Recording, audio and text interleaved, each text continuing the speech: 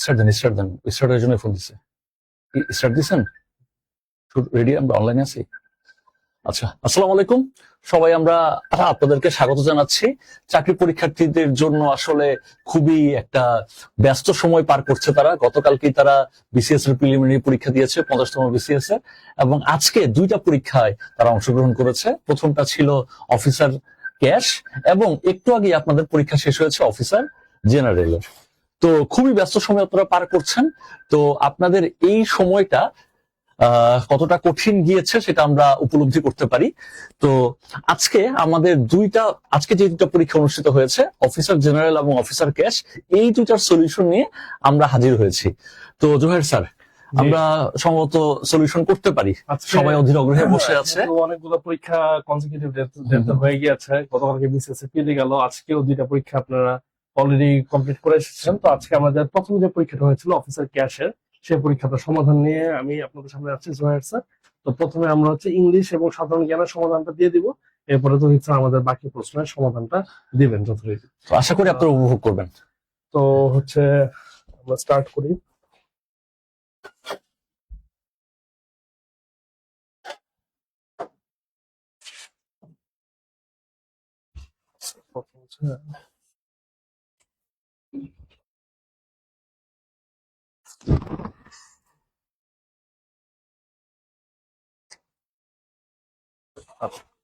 আমরা প্রথমে ইংলিশ প্রশ্নের সমাধান দিতে যাচ্ছি। ইংলিশ প্রশ্নটা মোটামুটি আমি বলবো না খুব ইজি ছিল, যেহেতু এখানে লিটারেচারের বেশ কিছু প্রশ্ন চলে এসেছে। তবে যারা বিসিএস এর প্রিপারেশন নিয়েছেন তাদের জন্য এটা মোটামুটি একটু ইজি থাকার কথা, কারণ গ্রামাটিক্যাল পার্টে যে প্রশ্নটা ছিল এটা মোটামুটি স্ট্রেট ফরওয়ার্ড ছিল। কেবল লিটারেচারের যে 4-5টা প্রশ্ন ছিল, যারা লিটারেচার একদমই পড়েন নাই তাদের জন্য হয়তো ওই অংশটা একটু ডিফিকাল্ট ছিল। এছাড়া বাকি গ্রামারের প্রশ্ন বা ভোকাবুলারি প্রশ্ন মোটামুটি ইজি ছিল, যেটা আমি দেখলাম। যেমন প্রথম প্রশ্নটা আছে, যেখানে অ্যান্টোনিম বা বিপরীত শব্দটা জানতে চাইছে, যে শব্দগুলো আছে তার বিপরীত শব্দ কি। প্রথম আসছে কোর্স। কোর্সের বিপরীত শব্দ কি? কোর্স মানে হচ্ছে একটা রাফ কোনো কিছু জিনিস বা রুক্ষ কোনো জিনিস, সেটাকে কোর্স বলা হয়। তো কোর্সের বিপরীত যেটা হবে এটা হচ্ছে ফাইন, কারণ রাফ, হার্শ, ফুড এগুলো সবই হচ্ছে কোর্সের সিনোনিম। তাহলে যে উত্তরটা আমরা এখানে পাবো এই উত্তরটা হচ্ছে ফাইন। তাহলে অ্যান্সারটা হচ্ছে সি। পরবর্তী প্রশ্নে আমরা একটু যাই।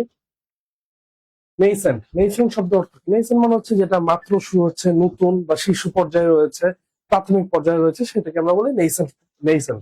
যেমন আমি যদি বলি ইটস নেইসেন্ট প্রজেক্ট, মানে এই প্রজেক্টটা প্রাথমিক পর্যায়ে রয়েছে বা মাত্র শুরু হয়েছে। তো নেইসেন্টের বিপরীতটা কি? নেইসেন্টের বিপরীত এখানে হবে ম্যাচিওর। কোন একটা জিনিস প্রাথমিক পর্যায়ে যখন আর নেই, যখন সেটা একটা বড় পর্যায়ে চলে গিয়েছে বা ম্যাচিওর হয়ে গেছে বা পূর্ণাঙ্গ পর্যায়ে যেটাকে আমরা বলি, তখন আমরা ম্যাচিওরটা ইউজ করি। তাহলে নেইসেন্টের বিপরীত যদি যেহেতু চাওয়া হয়েছে, তাহলে উত্তর হবে ম্যাচিওর। পরবর্তী আছে ফ্রুগাল। ফ্রুগাল মানে হচ্ছে যে একটু টাকা পয়সা খুব দেখে শোনা ব্যয় করে, খুব এক্সট্রাভেগেন্ট না, মানে টাকা পয়সা ব্যয় করার আগে একটু হিসাব করে ব্যয় করে, তাদের ক্ষেত্রে আমরা ফ্রুগালটা ব্যবহার করি। তো ফ্রুগালের বিপরীতটা কি হবে? ফ্রুগালের বিপরীত হবে এক্সট্রাভেগেন্ট। যারা আমরা সিনোনিম পড়েছি তাদের জন্য এটা খুবই ইজি একটা প্রশ্ন। এক্সট্রাভেগেন্ট মানে যারা টাকা পয়সা কোনো হিসাববিহীন ভাবে খরচ করে। পরবর্তী প্রশ্ন আমরা দেখি স্ক্রুপুলাস। স্ক্রুপুলাস মানে কি? স্ক্রুপুলাস এর দুইটা মিনিং। একটা মিনিংটা বেশি পপুলার, যে মিনিংটা হচ্ছে যে অনেক খুঁতখুঁতে, প্রত্যেকটা জিনিস একদম পারফেকশনের সাথে করতে চায়, সেক্ষেত্রে আমরা স্ক্রুপুলাস ব্যবহার করতে পারি, যেটাকে বাংলায় খুঁতখুঁতে বলে। স্ক্রুপুলাস এর আরেকটা খুব বিখ্যাত সিনোনিম আছে, মেটিকুলাস। মেটিকুলাস মানে যে খুব মানে প্রত্যেকটা কাজ পারফেকশনের সাথে করতে চায়। স্ক্রুপুলাস এর আরেকটা মিনিং আছে, যে মানে অনেস্ট বা বিবেকবান, সেক্ষেত্রে আমরা স্ক্রুপুলাসটা ব্যবহার করতে পারি। তো স্ক্রুপুলাস এর এখানে বিপরীত শব্দ, যেখানের মধ্যে সবচেয়ে প্রিসাইজ, এটা হচ্ছে ডিসঅনেস্ট। যে আসলে বিবেকবান না বা অসৎ, সেক্ষেত্রে আমরা স্ক্রুপুলাস এর বিপরীত হিসেবে ডিসঅনেস্ট ব্যবহার করতে পারি। আর যদি আমরা সরাসরি স্ক্রুপুলাসের সাথে ডিসঅনেস্টটা কানেক্ট করতে না পারি, আমরা প্রসেস অফ এলিমিনেশনের মাধ্যমে কিন্তু উত্তরটা করতে পারি। স্ক্রুপুলাস প্রিসাইজ হবে না, যেহেতু এটা সিনোনিমাস হয়ে যায়। প্রিন্সিপাল মানে নীতিবান, এটাও হবে না, কারণ স্ক্রুপুলাস এর একটা ভালো মিনিং আছে। থর মানে হচ্ছে একদম মানে পুরোপুরি ভাবে পূর্ণাঙ্গ। তার মানে স্ক্রুপুলাস এর আমাদের সঠিক অ্যান্টোনিম হচ্ছে ডিসঅনেস্ট এক্ষেত্রে। পরবর্তীটা আছে এনারভেট। এনারভেট মানে হচ্ছে কাউকে কাহিল করে দেওয়া বা কারো সব শক্তি নিয়ে যাওয়া, কাউকে দুর্বল করে দেওয়া ইত্যাদি, টু উইকেন সামওয়ান। তো এনারভেটের বিপরীত শব্দ কি হবে? কাউকে এনার্জাইজ করা বা ইনভিগোরেট করা। তাহলে অ্যান্সার হচ্ছে বি। এনারভেটের বিপরীত শব্দ হবে ইনভিগোরেট বা শক্তিশালী করে তোলা। আচ্ছা, এবার হচ্ছে আমরা দেখতে পাচ্ছি যে লিটারেচার অনেক প্রশ্ন আসছে। লিটারেচারের প্রশ্নের মধ্যে আমরা যখন লিটারেচার বলি ব্যাংকের স্টুডেন্টদের যারা ব্যাংকিং প্রিপারেশন নিচ্ছে, আমরা সবসময় বলি শেক্সপিয়ারের যে লিটারেচারের পার্টটা মিনিমাম ওই জিনিসটা দেখে যেতে। তো শেক্সপিয়ারের প্রশ্ন থেকে আসছে যে শেক্সপিয়ারের কোন প্লে প্লে না বলতে নাটক বোঝায়, শেক্সপিয়ারের কোন নাটকটা দ্য স্কটিশ প্লে হিসেবে অভিহিত করা হয়? কারণ মূল নাটকের নামটা সুপারস্টিশন। সুপারস্টিশন মানে হচ্ছে বিভিন্ন যারা আজগবি বা ভৌতিক জিনিসে বিশ্বাস করে সেই বিশ্বাসের কারণে এটাকে স্কটিশ প্লে বলা হয়, মূল নামে ডাকা হয় না। এটা হচ্ছে ম্যাকবেথ। এটা কিন্তু অনেক সুন্দর একটা কাহিনী আছে। আমরা নিজেরা আমি যখন বিসিএস প্রিপারেশন নিচ্ছিলাম, ম্যাকবেথটা খুবই গুরুত্বপূর্ণ একটা ফেমাস বই শেক্সপিয়ারের। তো সেই বইয়ে বলা হয়েছে ম্যাকবেথ, এই ম্যাকবেথ নামটা লেডি ম্যাকবেথ এটা স্পেশালি উচ্চারণ করা হয় না, কারণ এটা উচ্চারণ করলে নাকি বিভিন্ন ভৌতিক ব্যাপার স্যাপার ঘটতে দেখা গিয়েছে। ইভেন যিনি লেডি ম্যাকবেথ এই চরিত্রে অভিনয় করেছেন তারও মৃত্যু ঘটে 1606 এরকম টাইমে। তো ম্যাকবেথ নামটা যেন তার উচ্চারণ করতেন, এই জন্য ম্যাকবেথ এই ড্রামাটাকে দ্য স্কটিশ প্লে বলে রেফার করা হতো। তাহলে উত্তরটা হচ্ছে ম্যাকবেথ। পরবর্তী, Robert Burns is widely regarded as the national poet of which country? এটা হচ্ছে স্কটল্যান্ডের ন্যাশনাল পোয়েটকে রবার্ট বার্নস বলা হয়।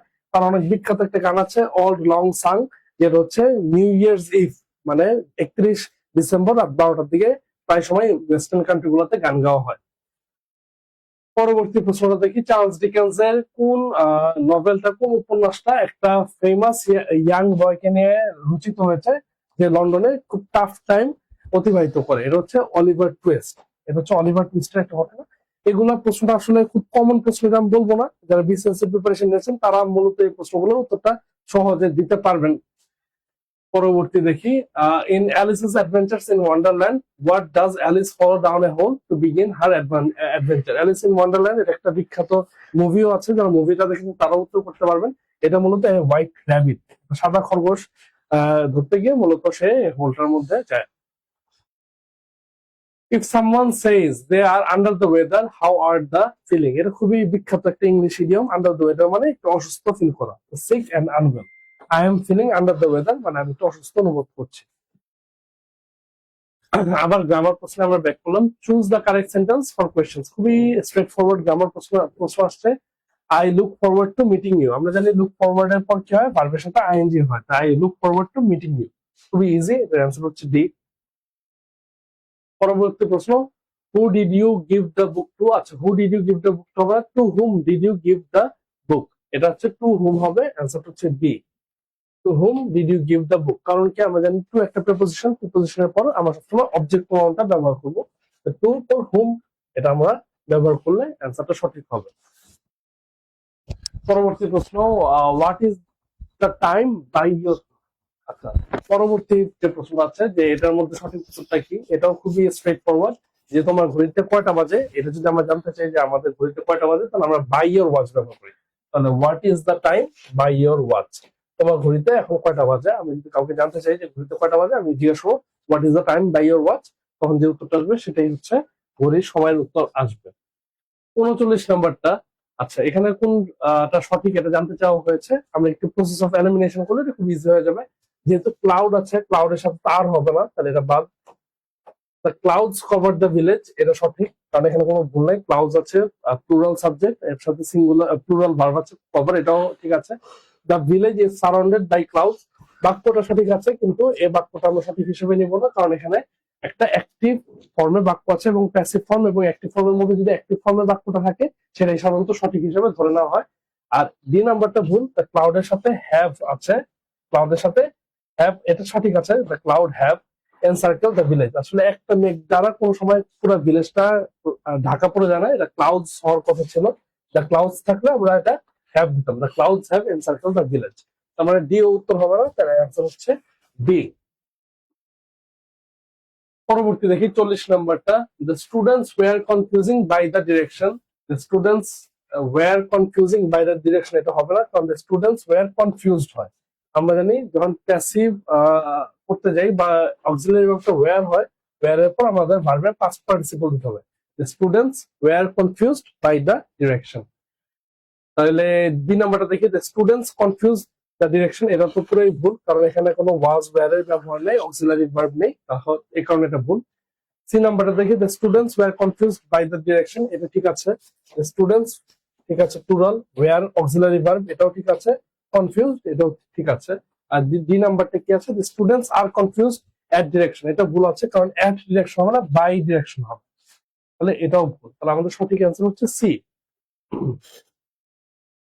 পরবর্তী প্রশ্ন হচ্ছে অ্যাপ্রোপ্রিয়েট ওয়ার্ড, মানে এটা হচ্ছে সিনোনিম বা অ্যান্টোনিম বা ওয়ার্ড মিনিং যেটাই বলি না কেন, আমরা যদি ভোকাবুলারি পার্টটা পড়ে থাকি এটাও আমাদের জন্য ইজি হবে। যেমন 41 নাম্বার, ডিসপাইট রিপিটেড ওয়ার্নিংস হি রিমেইনড অবলিভিয়াস, এটা অ্যান্সারটা হবে অবলিভিয়াস। অবলিভিয়াস মানে ফরগেটফুল বা কোনো তোয়াক্কা না করা, এই টাইপের অর্থে ব্যবহার করা হয়। মানে বারবার ওয়ার্নিং দেওয়ার পরও সে অবলিভিয়াস ছিল যে এই যে কাজটা করতে যাচ্ছে কাজের আউটকামটা কি হবে এ ব্যাপারে সে আসলে অবলিভিয়াস ছিল, তাহলে অ্যান্সার হচ্ছে সি। পরবর্তী প্রশ্নটা, to the dismay of the activist, dismay মানে হচ্ছে তাদের আক্ষেপ, অ্যাক্টিভিস্ট মানে কর্মীদের আক্ষেপের একটা ব্যাপার বলছে, the government actions dash freedom of speech, সরকারের যে অ্যাকশনটা ছিল সেটা ফ্রিডম অফ স্পিচকে আসলে বাধাগ্রস্ত করেছে।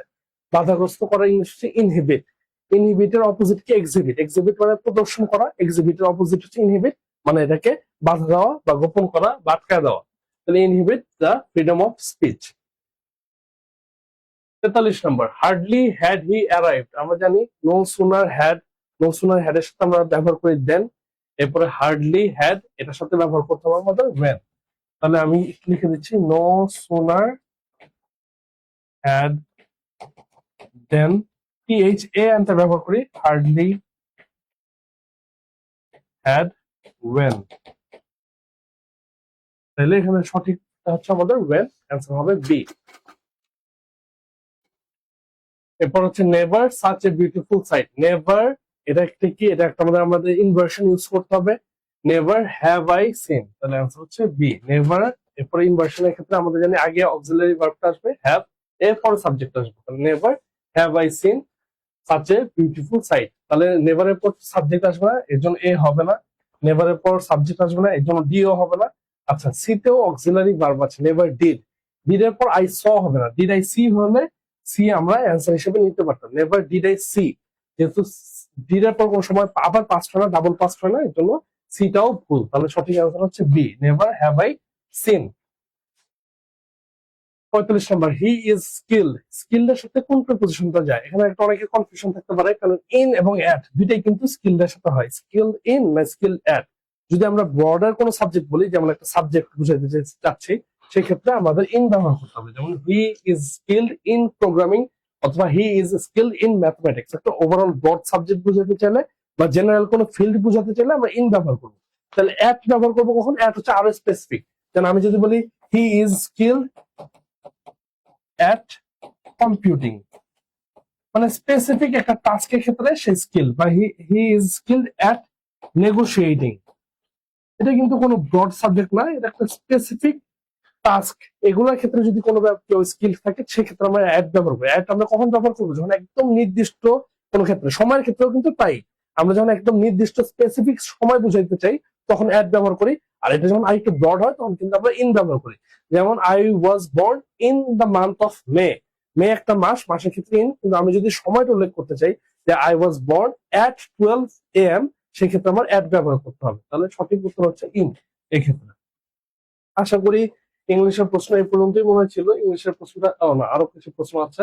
Choose the synonym of the word, questions 46 to 50 আছে, এগুলো সিনোনিম বের করতে হবে। রেটিসেন্ট, রেটিসেন্ট মানে যে কম কথা বলে, কম কথা বলার সাথে সিনোনিমাস কোনটা, ভার্চুয়াস এটা তো হবে না, ফ্লাওয়ারিং হবে না, অ্যাজোর্টের হবে না, রেটিসেন্ট সিনোনিম, ও রেটিসেন্ট মানে হচ্ছে যে কম কথা বলে, তাহলে এটার সাথে সাইলেন্ট যাবে, ডি, রেটিসেন্টের অ্যান্সার হচ্ছে ডি, কম কথা বলে, তাহলে এটা অ্যান্সার হচ্ছে ডি। অবসিকুয়াস, অবসিকুয়াস মানে হচ্ছে যে অনেক মানে চাটুকার, অবসিকুয়াসের সঠিক বাংলা শব্দ হচ্ছে চাটুকার বা বুটলিকার, চাটুকারের সাথে কোনটাতে সার্ভাইল, সার্ভাইল মানে হচ্ছে একই অর্থ, যে চাটুকার বা তোষমধ্যে, এটা হচ্ছে সার্ভাইল, অ্যান্সার হচ্ছে ডি। 48 ডায়াট্রাইব, ডায়াট্রাইব মানে হচ্ছে একটা লম্বা বকাঝকা করা, লম্বা একটা কমপ্লেইন করা, মানে অনেকক্ষণ ধরে কোনো একটা ব্যাপারে যদি আপনি কমপ্লেইন করতে থাকেন বা কথা বলতে থাকেন বা বিভিন্ন ব্যাপারে আপনি আপনার অসন্তোষ প্রকাশ করেন, সেটাকে ডায়াট্রাইব বলে। ডায়াট্রাইবের কি হবে, এ আছে ইনভেক্টিভ, প্লেস তো হবে না, ডায়াবলিক্যাল মানে হচ্ছে খুবই, এটাকে হলে নোটোরিয়াস, নোটোরিয়াস, ডায়াবলিক্যাল এটাও হবে না, মানে এটা হচ্ছে খারাপ বুঝায়, সাইলেন্স এটাও হবে না, ইনভেক্টিভ, আনসার হচ্ছে এ। ইনভেক্টিভ হবে ডায়াট্রেব। ডায়াট্রেব মানে যে লম্বা সময় ধরে আপনার যে অসন্তোষ ছাড়ছেন সেটাকে ইনভেক্টিভ। ইনভেক্টিভ মানে অনেক গোসার সাথে যদি কোনো কিছু বলা হয় তাকে বলা ইনভেক্টিভ। 49 এফেমেরাল। এফেমেরাল হচ্ছে যেটা মানে ক্ষণস্থায়ী। ক্ষণস্থায়ী এফেমেরাল বলা হয়। তাহলে ক্ষণস্থায়ীর সাথে কি যায়? ইটারনাল তো হবে না, ট্রানজিটরি। ট্রানজিটরি মানে ক্ষণস্থায়ী। সাবস্টেন্সিয়াল হবে না, রেজিলিয়েন্ট হবে না, কারণ এগুলো কোনোটাই ক্ষণস্থায়ীর সাথে যায় না। ক্ষণস্থায়ীর সাথে তাহলে আমাদের এফেমেরাল, ট্রানজিটরি, ট্রানজিয়েন্ট ইত্যাদি আমরা বলতে পারি, বা টেম্পোরারি, এগুলো সবই একই মিনিং দেয়।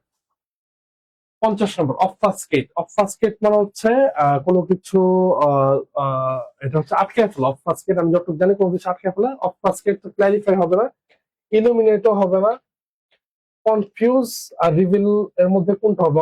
অবফাস্কেট এই মুহূর্তে আসলে ধ্যান ভাই কনফিউজ। কনফিউজ। অবফাস্কেট হচ্ছে কনফিউজ। আমার সাথে একটু ওয়ার্ডের মিনিংটা ভুলে গিয়েছিলাম। অবফাস্কেট এর সাথে কনফিউজটাই যাবে। রিভিল হবে না। রিভিল হচ্ছে কোনো কিছু উন্মুক্ত করা, উন্মুক্ত হবে না। অবফাস্কেট মানে হচ্ছে, তাহলে এটার সাথে যেহেতু সিনোনিম জানতে চেয়েছে, সিনোনিম কাছাকাছি যাচ্ছে, কনফিউজ করা। তাহলে অ্যান্সার হচ্ছে সি। তো এই হচ্ছে আমাদের ইংলিশের 50টা প্রশ্ন। আশা করি ইংলিশের 50টা প্রশ্নের মধ্যে লিটারেচারের পার্টটা যদি খুব কঠিন লেগেও থাকে, আসলে লিটারেচার পার্ট যারা লিটারেচার পড়েছেন মোটামুটি ইজি ছিল। হয়তো 2-3টা প্রশ্ন কঠিন হতে পারে, কিন্তু গ্রামার বা সিনোনিম, অ্যান্টোনিম ওভারঅল কিন্তু মোটামুটি ইজি ছিল। আশা করি এই পার্টটা আপনারা সঠিক উত্তর দিয়েছেন ম্যাক্সিমামে। এবার আমরা হচ্ছে জিকে পার্টটা যাই। জিকে পার্টটা আরেকটু ইজি ছিল তুলনামূলক ভাবে।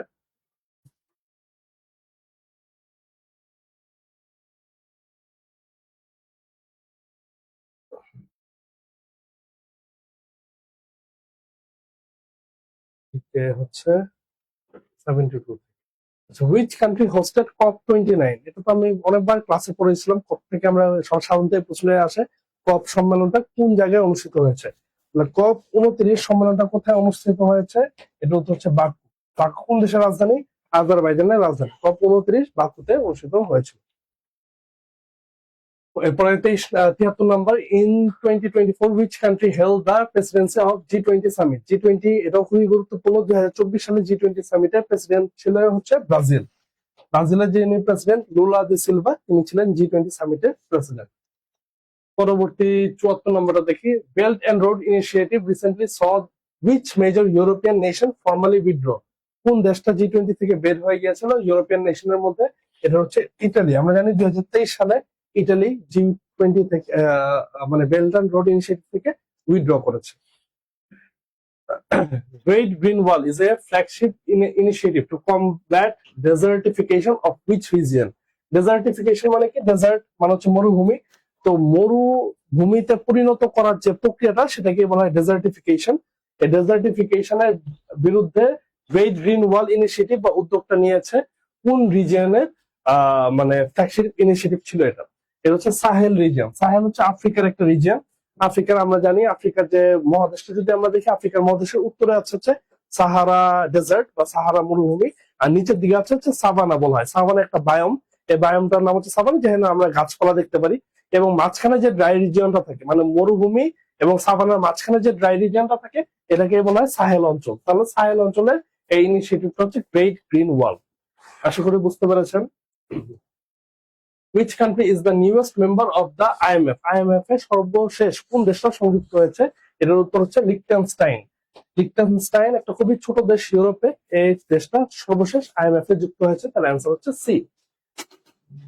77 number, on which river is the dam of Bangladesh's largest artificial lake situated in? বাংলাদেশের সবচেয়ে বড় কৃত্রিম যে লেকটা আছে বা হ্রদটা আছে সেটার নাম কি? এটা কাপ্তাই লেক। কাপ্তাই লেক হচ্ছে আর্টিফিশিয়াল একটা লেক। এবং কোন নদীর উপর ড্যাম দেওয়ার কারণে এই লেকটা তৈরি হয়? হচ্ছে কর্ণফুলী। কর্ণফুলী নদীর উপর ড্যাম দেওয়ার কারণে কাপ্তাই লেকটা তৈরি হয় এবং রাঙামাটিতে সেটি অবস্থিত। When was the CME-V5 cable connected to Bangladesh? Bangladesh CME-V5 এ কবে যুক্ত হয়? এটা উত্তর হচ্ছে 2017। বাংলাদেশ 2017-তে CME-V5 এ যুক্ত হয়। Which is the first digital district of Bangladesh? এটা আমরা জানি যশোর। বাংলাদেশের প্রথম ডিজিটাল ডিস্ট্রিক্ট হিসেবে ঘোষণা দেওয়া হয়েছে যশোরকে। পরবর্তীটা দেখি, which country first banned deforestation completely? Deforestation completely ban করেছে প্রথম কোন দেশ? এর উত্তর হচ্ছে নরওয়ে। নরওয়ে প্রথম অফিসিয়ালি বা আনুষ্ঠানিকভাবে ডিফরেস্টেশন ব্যান করে দিয়েছে। এবং ডিফরেস্টেশনের ব্যান করার প্রেক্ষিতে কিছু সরকারি প্রকিউরমেন্ট ল তৈরি করেছে। এছাড়াও কোস্টারিকাও ডিফরেস্টেশন নিয়ে অনেক কাজ করেছে, তবে অফিসিয়ালি ব্যান করেছে সর্বপ্রথম Norway. Where will the 2026 Winter Olympic Games be hosted? Winter Olympic 2026 হবে মিলানে, যেটা এবছরই মিলানে অনুষ্ঠিত হবে। What is the position of Bangladesh in nuclear club? Nuclear ক্লাবে বাংলাদেশের অবস্থান হচ্ছে 33তম। নিউক্লিয়ার ক্লাবটা কি? মূলত নিউক্লিয়ার এনার্জি বা পারমাণবিক শক্তি ব্যবহারকারী যে দেশগুলো আছে সেই দেশগুলার একটা ক্লাবকেই মূলত বলা হয় নিউক্লিয়ার ক্লাব। বাংলাদেশ 33তম দেশ হিসেবে রূপপুর পারমাণবিক কেন্দ্রে এই ইউরেনিয়াম জ্বালানিটা প্রথম ব্যবহার করে, সেই হিসেবে 33তম হবে বাংলাদেশের অবস্থান। Which one of the following is known as the white gold of Bangladesh? খুবই কমন একটা প্রশ্ন। বাংলাদেশের হোয়াইট গোল্ড বলা হয় কোনটিকে? চিংড়িকে। তার উত্তর হচ্ছে শ্রিম্প। শ্রিম্পকে বাংলাদেশের হোয়াইট গোল্ড বলা হয়। আর জুটকে কি বলে? জুটকে বলে বাংলাদেশের golden fibre. Who wrote the book A Long Walk to Freedom? খুব ফেমাস একটা বুক। A Long Walk to Freedom was written by Nelson Mandela. South আফ্রিকার নেতা নেলসন ম্যান্ডেলা কর্তৃক রচিত হয় A Long Walk to Freedom। 25 number, which Mughal emperor initiated the celebration of Bengali New Year? Bangla নববর্ষ চালু করে কোন সম্রাট? এটা হচ্ছে সম্রাট আকবর। আমার মনে হয় 1584 সালে সম্রাট আকবর হচ্ছে বাংলা নববর্ষ উদযাপন শুরু করে। Which institution is known as the lender of the last resort? Last resort মানে আপনি যখন সকল জায়গা থেকে আপনার ঋণ সুবিধা প্রাপ্তি শেষ, সর্বশেষ আপনার ঋণ সুবিধা কার থেকে নিতে পারবেন? এটা হচ্ছে সেন্ট্রাল ব্যাংক। যে কোনো দেশের যেটা কেন্দ্রীয় ব্যাংক, তাকে বলা হয় lender of the last resort. How many major organs does the UN have? খুবই কমন প্রশ্ন। জাতিসংঘের মোট অর্গান কয়টা? জাতিসংঘের মোট অর্গান হচ্ছে 6টা। The OECD Pillar 2 Agreement aims to implement global minimum corporate tax rate. পুরা আন্তর্জাতিকভাবে মিনিমাম কর্পোরেট ট্যাক্স রেট কত নিয়েছে তারা? এটা হচ্ছে 15%। তাহলে OECD, আমরা জানি OECD হচ্ছে উন্নত দেশগুলোর সংস্থা, তাদের এই মিনিমাম কর্পোরেট ট্যাক্স রেট হচ্ছে 15%। The most ancient civilization of the world was built up in, সবচেয়ে প্রাচীন সভ্যতা কোনটা? এটা আমরা জানি মেসোপটেমিয়া সভ্যতা, যাকে বলা হয় দ্য ক্রেডল অফ সিভিলাইজেশন, মানে সভ্যতার সূতিকাগার বলা হয় মেসোপটেমিয়াকে। Which of the following is a fiscal policy tool? Fiscal policy আমরা জানি কি? এটা সরকারের একটা নীতি, যে নীতির মাধ্যমে একটা অর্থনীতির উপর প্রভাব বিস্তার করা হয়। ফিসক্যাল পলিসি টুল কোনটা? এটা হচ্ছে গভর্নমেন্ট ট্যাক্সেশন। সরকারের আয় এবং ব্যয় এর উপরে ফিসক্যাল পলিসি নির্ভর করে, এবং সরকারের আয়টা থেকে আসে ট্যাক্সের মাধ্যমে আসে, রাজস্ব আয়ের মাধ্যমে সরকারের মূল আয়ের সোর্স, তাহলে গভর্নমেন্ট ট্যাক্সেশন হচ্ছে উত্তর। বাকিগুলো হচ্ছে ব্যাংকিং পলিসি, যেটা হচ্ছে মনিটারি পলিসির সাথে যুক্ত। আচ্ছা, এই হচ্ছে তাহলে জিকে প্রশ্ন। আশা করি জিকে প্রশ্নটা মোটামুটি আপনাদের ইজি লেগেছে, এবং ইংলিশ প্রশ্নটাও ইজি ছিল, খালি লিটারেচার পার্টে এবার প্রশ্নটা একটু বেশি দিয়ে দিয়েছে। ওভারঅল আশা করি আপনাদের পরীক্ষা ভালো হয়েছে। এবার হচ্ছে আমাদের পরবর্তী প্রশ্নের সমাধান দিবে আমাদের শ্রদ্ধেয় তহিদ অনিক স্যার। স্যার এখন সমাধান দিবে প্রশ্নগুলো।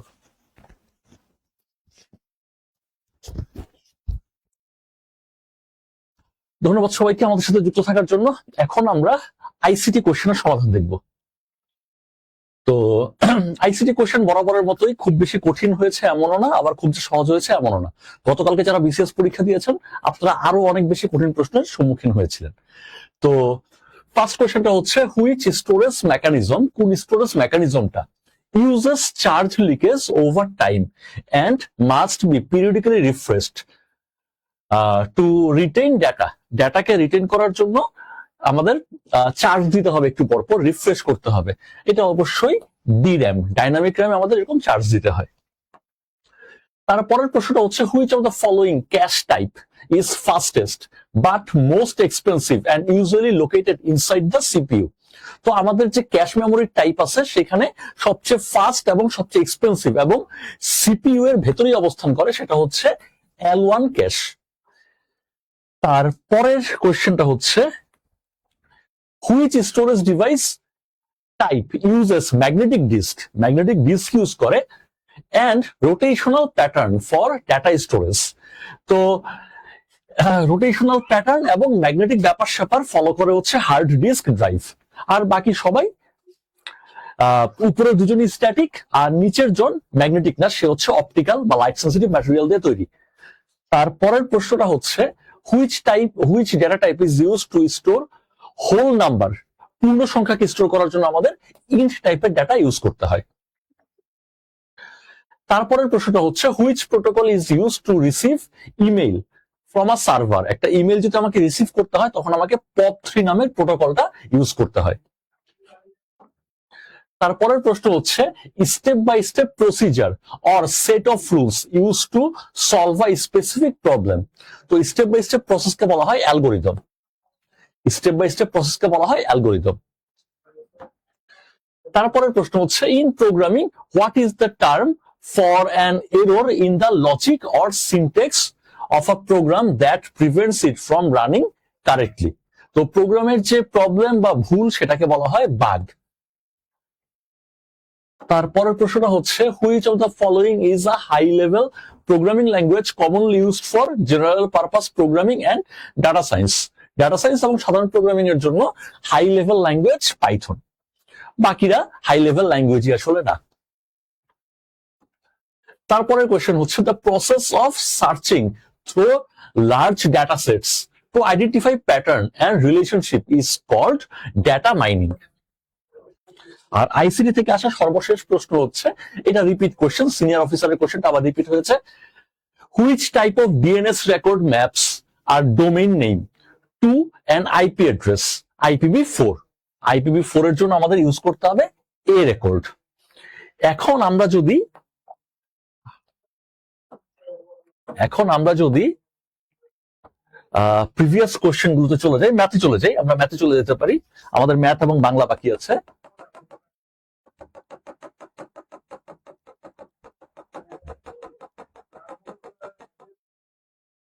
আচ্ছা, আমরা যদি ম্যাথে আসি তো খুবই ম্যাথ কোয়েশ্চেনটা কিন্তু আসলে কম্পারেটিভলি অনেক বেশি সহজ ছিল। অন্যান্য কোয়েশ্চেন একটু জটিল থাকলেও ম্যাথ কোয়েশ্চেনটা খুবই সহজ ছিল।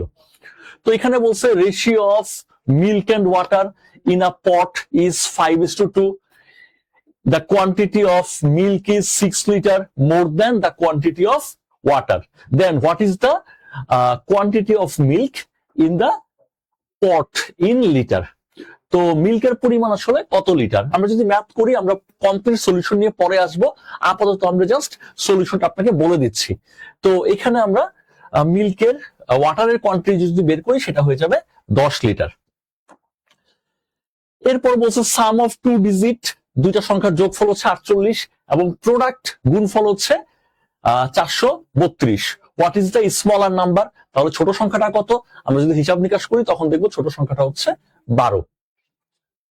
এরপরের কোশ্চেন যদি আমরা আসি, the radius of the circle is 10 centimeter, a chord is drawn at distance of 6 centimeter from the center, what is the length of the chord? কর্ডের লেন্থটা আসলে কত? তো এই ক্ষেত্রে আমরা যেটা পাবো সেটা হচ্ছে 10×100 থেকে যদি আমরা 36 বাদ দেই 64, 8 8 2 16, তাহলে সি হবে আমাদের আনসার। তারপরের কোশ্চেন হচ্ছে which is the smallest number divisible by 3, 5 and 9 with remainder 2? তাহলে 3, 5 এবং 9 দ্বারা বিভাজ্য কিন্তু রিমাইন্ডার 2 থাকবে এমন সংখ্যা হচ্ছে, আমরা দেখিয়ে বুঝতে পারতেছি সেটা হচ্ছে 47। তারপরের সংখ্যাটা হচ্ছে আমাদেরকে বলছে স্লোপ বের করতে, what is the slope of a line perpendicular to line whose equation is এটা পারপেন্ডিকুলার লাইনের স্লোপ বের করতে বলছে। তাহলে এখান থেকে আমরা দেখিয়ে বুঝতেছি যে এই লাইনটার স্লোপ হচ্ছে 10, তাহলে 10 এর পারপেন্ডিকুলারের স্লোপ হবে 1/-1/10। ম্যাথ পার্ট আসলে কম্পারেটিভলি ইজিয়ার ছিল। এরপরে বলছে how many points are both 4 unit, কয়টা পয়েন্ট আছে বোথ উভয়ের ক্ষেত্রেই 4 ইউনিট ফ্রম দা অরিজিন থেকে 4 ইউনিট দূরে, and also 2 unit from y equal 4 line এবং 4 ইউনিট অরিজিন থেকে, এদের মাঝখানের লাইন কয়টা, কত? তো এদের মাঝখানের ব্যাপারটা আসলে এরকম, তাহলে আমরা 2টা পয়েন্ট খুঁজে পাবো, তাহলে আমাদের আনসার হবে 2। এরপরের কোশ্চেন হচ্ছে length, breadth and height of a rectangular box are in the ratio 3:2:1 if its total surface area 352 centimetre cube, তাহলে তার ভলিউম কত? ক্যালকুলেশন করলে আমরা পেয়ে যাবো ভলিউম হচ্ছে 384। তারপরের কোয়েশ্চেন, এটাকে আমাদের সলভ করতে বলছে, আমরা সলভ না করে দেখেও বলে ফেলতে পারি। এটার আনসার হবে হচ্ছে প্রবাবলি এখানে প্লাস ছিল, যদি প্লাস থাকে তাহলে আমাদের আনসারটা হবে হচ্ছে 3, আর মাইনাস যদি থাকে তাহলে আনসারটা হবে 5, প্লাস ছিল কোয়েশ্চেনে। তারপরের কোয়েশ্চেন হচ্ছে এটার ভ্যালু কত, এক্স কিউব যেহেতু 125, তার মানে এক্স এর ভ্যালু 5, 5 যদি এখানে বসাই 25 আর 5 30। তারপরের কোয়েশ্চেন হচ্ছে perimeter of a rectangle is 36, perimeter হচ্ছে 36, if its length 10 centimetre, what is its breadth. তাহলে 36 হচ্ছে তার পেরিমিটার, হাফ পেরিমিটার হচ্ছে 18, 18 থেকে যদি 10 চলে যায় থাকবে 8, তাহলে ব্রেথ হচ্ছে 8। আমাদের রাসেল স্যার চলে এসেছেন, স্যার আসেন। আমরা খুব দ্রুত আনসার গুলো বলে যাচ্ছি, আমরা কমপ্লিট সলিউশন নিয়ে পরে আমরা লাইভে আবার আসবো। Mister A is a multiplies a number by 3 instead of dividing by 3, 3 গুণ করার পরিবর্তে 3 ভাগ করে ফেলছে। Resultant number is what percent of the accurate number. Resultant নাম্বারটা কাহিনী করলে নাম্বারটা যেটা আছে সেটা আসলে কত পার্সেন্ট, যেহেতু 9 গুণ হয়ে গেছে, ভাগের পরিবর্তে গুণ করছেন, তাই এটা 900%। এর পরের কোশ্চেনে যদি আমরা যাই, the number of multiples of 4 between 10 and 250, 10 এবং 250 এর মাঝখানে 4 এর মাল্টিপল কয়টা আছে? 4 এবং 10 এর মাঝখানে 4 এর মাল্টিপল আছে 60টা। তারপরের কোয়েশ্চেন হচ্ছে diagonal of a rhombus are 16 centimetre and 12 centimetre in length, the side of the rhombus is in length, তাহলে রম্বসের সাইড কত হবে? এখান থেকে আমরা দেখতে পাচ্ছি 8, আর এখান থেকে আসবে হচ্ছে 6, তাহলে 8 স্কোয়ার হচ্ছে 64, আর 6 স্কোয়ার মানে 100 কে রুট করলে হবে 10, তার মানে আমাদের আনসার হবে 10। এর পরের প্রশ্নটা হচ্ছে এ circle can have how many parallel tangent at single time.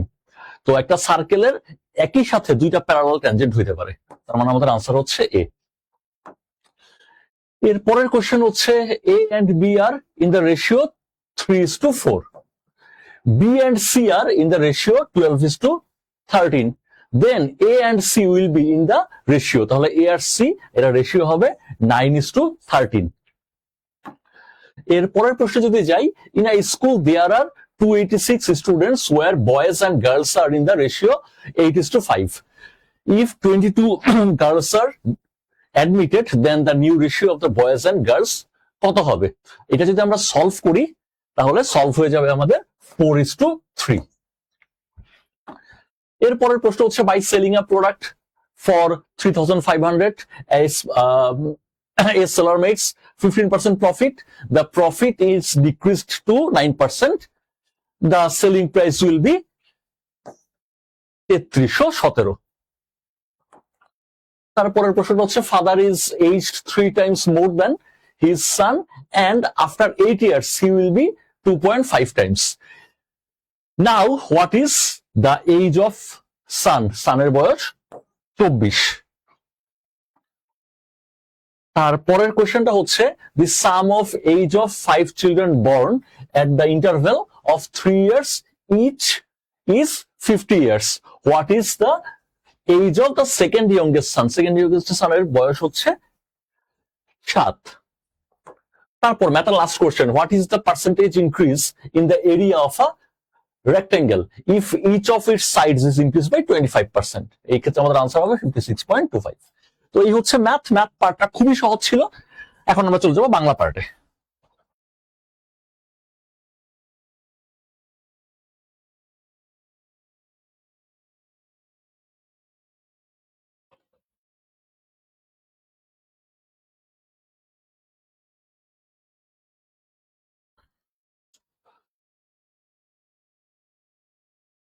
তো আমরা এখন চলে যাব বাংলা পার্টে।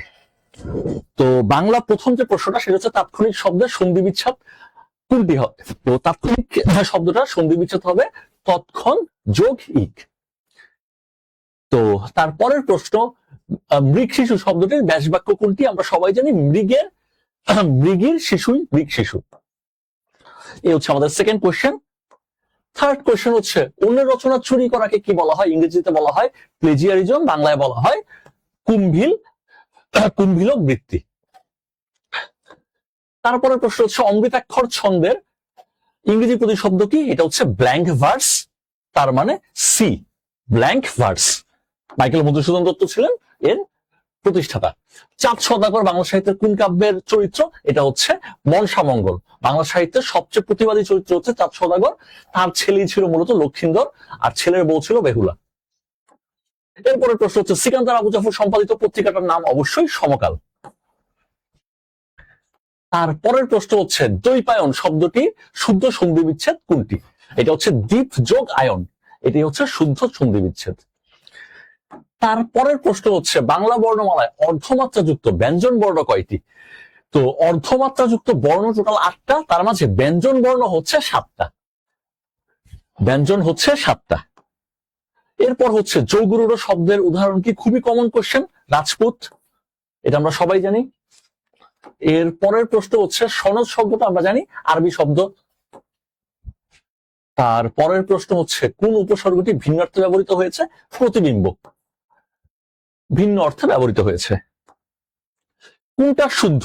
আমরা জানি দুর্গ শব্দটা শুদ্ধ শব্দ। তারপরে হচ্ছে শুক্ল, আমরা জানি শুক্লপক্ষ কৃষ্ণ পক্ষ, কৃষ্ণ যেহেতু কালো তাহলে কৃষ্ণের উল্টা হচ্ছে শুক্ল, সেটার অর্থ হচ্ছে সাদা। তারপরের প্রশ্ন হচ্ছে শশব্যস্ত এটা কোন সমাস? আমরা জানি শশব্যস্ত একটা কর্মধারয় সমাস। তারপরের প্রশ্নটা হচ্ছে আর সমুদ্র হিমাচল, একদম সমুদ্র থেকে হিমালয় পর্যন্ত, এটা আসলে কোন সমাসের উদাহরণ? তো এটা হচ্ছে একটা অব্যয়ীভাব সমাসের উদাহরণ। এর পরের প্রশ্ন হচ্ছে কোনটা মহাকাব্য? আমরা জানি বৃত্র সংহার, এটা হচ্ছে মহাকাব্য, হেমচন্দ্র বন্দ্যোপাধ্যায় রচিত একটা মহাকাব্য, যদিও স্বীকৃত নয়। বাংলাদেশ শব্দটা একটা কর্মধারয় শব্দ, আমাদের প্রাণের বাংলাদেশ এটা হচ্ছে একটা কর্মধারয় সমাসের উদাহরণ। বিদ্রোহী কবিতা অবশ্যই 1922 সালে প্রকাশিত হয়, 1922 হবে উত্তর। তারপরের প্রশ্ন হচ্ছে উপমান কর্মধারয় সমাস নয় কোনটি? তো উপমান কর্মধারয় সমাস নয় হচ্ছে আয়কর, আয়ের নিমিত্ত কর, নিমিত্ত। তারপরে হচ্ছে কোন বানানটি অশুদ্ধ? তার মানে কোন বানানটা শুদ্ধ না? এটা হচ্ছে পুষ্করিণী বানানটা শুদ্ধ না। তারপরের প্রশ্ন হচ্ছে মুগ্ধ শব্দটির প্রকৃতি এবং প্রত্যয় কোনটি? এটা হচ্ছে মুহ যোগ ত। তারপরের প্রশ্ন হচ্ছে কোন শব্দ যুগলটি সঠিক নয়? এটা হচ্ছে চিন্ময় চেতন, এটা সঠিক নয়। তারপরে হচ্ছে কোনটি অপনিহিত? আজি থেকে আইজ, এটা হচ্ছে অপনিহিত। তারপর হচ্ছে কোন বানানটা শুদ্ধ? তো এটা খুবই একরকম দেখা যাচ্ছে, তবে এই ক্ষেত্রে শুদ্ধ বানানটা হচ্ছে সি, রূপায়ণ। কোনটি শুদ্ধ বানান? আবার জিজ্ঞেস করেছে কোনটি শুদ্ধ বানান, এই ক্ষেত্রে হচ্ছে ক্ষণজীবী বানানটা শুদ্ধ ছিল। তো এই ছিল হচ্ছে আমাদের মোটামুটি আজকের প্রশ্নের সমাধান, আজকের অফিসার ক্যাশের সমাধান। আমরা কিছুক্ষণের মধ্যেই আপনাদের সাথে অফিসার জেনারেলের লাইভ নিয়ে হাজির হব। তো যারা যুক্ত ছিলেন সবাইকে অসংখ্য ধন্যবাদ, এবং আমরা পরবর্তীতে সম্পূর্ণ ব্যাখ্যামূলক ক্লাস নিয়ে উপস্থিত হবো, সাবজেক্ট ওয়াইজ ব্যাখ্যামূলক ক্লাস নিয়ে। তো কিছুক্ষণ পরেই আমরা শুরু করব অফিসার জেনারেলের লাইভ। তো আমরা এখন থেকে 30 মিনিট সময় নিচ্ছি, আমরা 6টায় ঠিক 6টায় শুরু করব অফিসার ক্যাশের লাইভ। তো ততক্ষণ পর্যন্ত সবাই ভালো থাকেন, সুস্থ থাকেন, এবং সন্ধ্যা 6টায় আমাদের সাথে যুক্ত হবেন। সবাইকে ধন্যবাদ।